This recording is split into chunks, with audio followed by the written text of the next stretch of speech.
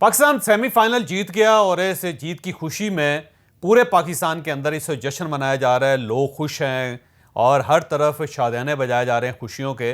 तो मैं भी कौम को मुबारकबाद पेश करता हूं और ये एक एतराफ़ करता हूं कि पाकिस्तान की कौम इस किस्म की खुशियों को तरसी हुई थी।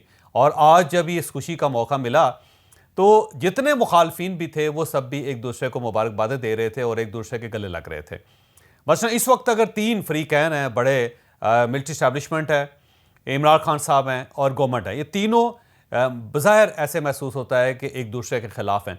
लेकिन जो ही क्रिकेट मैच की कामयाबी की खबर आई या लोगों ने देखा तो फौरी तौर पर ISPR की तरफ से भी मुबारकबाद का मैसेज आ गया, फिर गवर्नमेंट की तरफ से भी मुबारकबाद का मैसेज आ गया और इमरान खान साहब की तरफ से भी मुबारकबाद का मैसेज आ गया। तो इसका मतलब ये हुआ कि पाकिस्तान की खुशी, पाकिस्तान के गम, उसमें सब लोग बराबर होते हैं। लिहाजा जब कौम इतनी खुशियों और गमों में बराबर है या एक दूसरे के साथ मिलकर बांट कर उसको इस्तेमाल करना चाहती है या बांटना चाहती है, तो फिर मेरा ख्याल है ये जो छोटे छोटे इख्तलाफ हैं उस पर भी पूरी कौम को इकट्ठा होना चाहिए, एक ही होना चाहिए। हम पता नहीं पाकिस्तान के मसाइल में हम क्यों एक इतने डिवाइडेड हैं, क्यों इतने दूर हैं। जब हम खुशियों पर इकट्ठे हो सकते हैं तो गम में इकट्ठे क्यों नहीं हो सकते? पाकिस्तान को मसाइल से निकालने के लिए इकट्ठे क्यों नहीं हो सकते? गो इमरान खान साहब ने इस खुशी के मौके पर भी ट्वीट करते हुए हस्ब दस्तूर एक गलती की। सबसे पहले उन्होंने बाबर अवान साहब को मुबारकबाद पेश कर दी और उसके बाद उन्होंने अपनी ट्वीट डिलीट करके बाबर आजम साहब को मुबारकबाद पेश कर दी। तो वो मेरा ख्याल इमरान खान साहब का भी ये वतीरा बन गया है कि वो अपनी हर चीज़ की इस्लाह ज़रूर करते हैं। जैसे उन्होंने सबसे पहले ये फरमाया था कि मंगल को तो लॉन्ग मार्च किया जाएगा, लेकिन बाद में पता चला कि मंगल को तो चांद ग्रहण है, तो फिर इस लॉन्ग मार्च को बुध को शिफ्ट किया गया।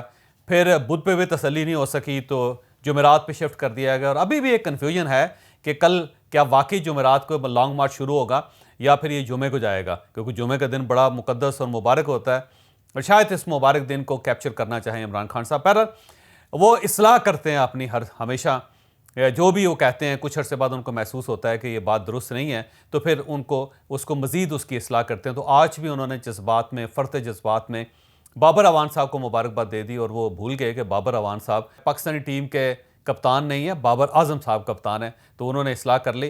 तो हो सकता है आने वाले दिनों में बाकी इस्लाह भी वो कर लें, क्योंकि खबरें गर्दिश कर रही हैं कि अब ऐवान सदर एक्टिव हो गया और ऐवान सदर को ये बताया गया है कि अगले 2 दिन के अंदर अंदर अगर मामला सेटल ना हुए तो फिर पाकिस्तान में एमरजेंसी भी नाफज की जा सकती है और अगर एमरजेंसी से भी काम ना चल सका तो फिर मार्शल लॉ भी लग सकता है। और ऐसे महसूस होता है कि एक क्लियर मैसेज 2 दिन पहले ऐवान सदर को दिया गया है कि आप चीज़ों को एक्टिव करें और फिर ऐवान सदर की ख्वाहिश पे इमरान खान साहब ने बाकी शहरों के अंदर धरने ख़त्म करके ट्रैफिक बहाली का ऐलान किया।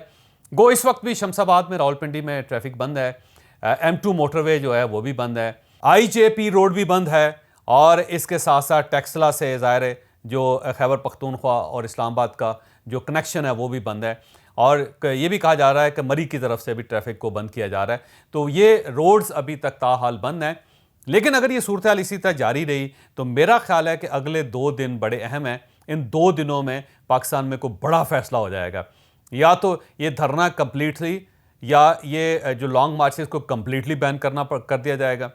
और अगर ये नहीं होता तो फिर मेरा ख्याल है पाकिस्तान एमरजेंसी की तरफ जाएगा, क्योंकि एमरजेंसी के अलावा फिर पाकिस्तान के पास कोई ऐसा ऑर्गन, कोई ऐसा इंस्ट्रूमेंट नहीं होगा कि जिसके ज़रिए सूरत हाल को कंट्रोल किया जा सके।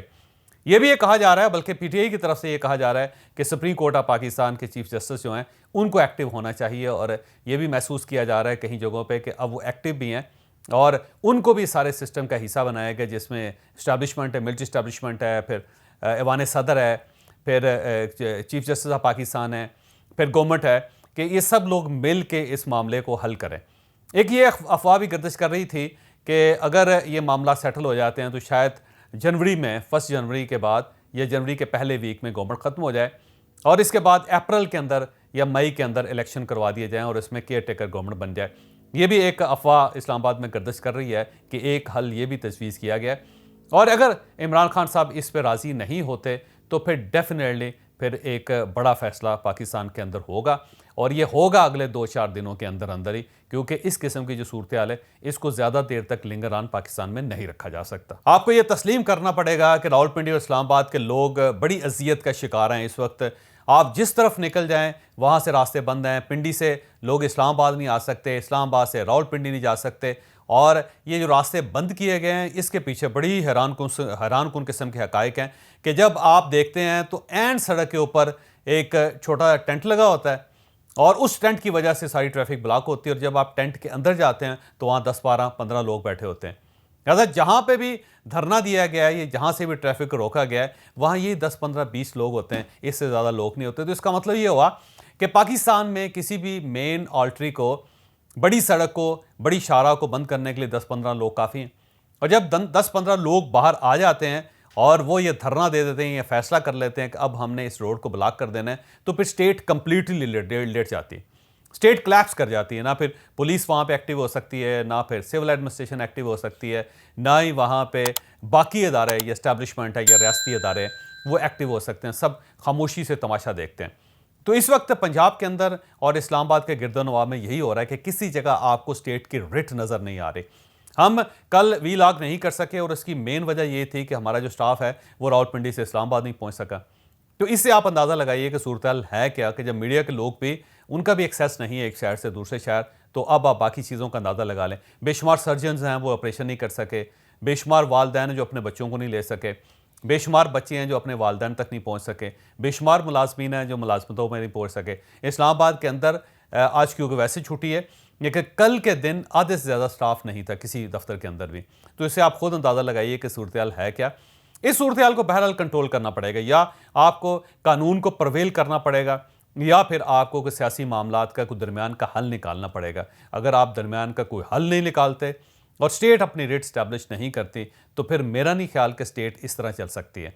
तो मेरी दरख्वास्त है सबसे कि आप मामलात को सेटल करें, और अगर सेटल नहीं होते तो फिर अगर आपको कोई बड़ा ऑपरेशन भी करना पड़ता है तो फिर स्टेट को करना चाहिए, स्टेट को स्टेट नज़र आना चाहिए। इसमें मैं आपको इमरान खान साहब का एक हवाला दूंगा, और मेरा ख्याल ये है कि इमरान खान साहब ने 2018 में इस सारे क्यास, इस सारे मसले का एक हल पेश कर दिया था, और वो मुझे ऐसा लग रहा था जैसे दिल से बोल रहे हैं।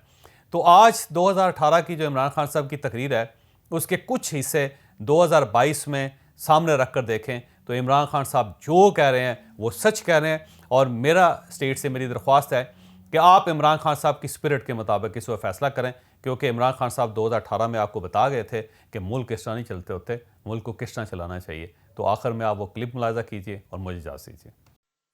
कौन सी हुकूमत चल सकती है जिधर कोई आदमी खड़ा हो के कहे कि जजेस को भी कत्ल कर दो और कहे आर्मी चीफ के खिलाफ भी बगावत कर दो, लोगों को भी सड़कों पे निकाले, सड़कें भी बंद कर दे।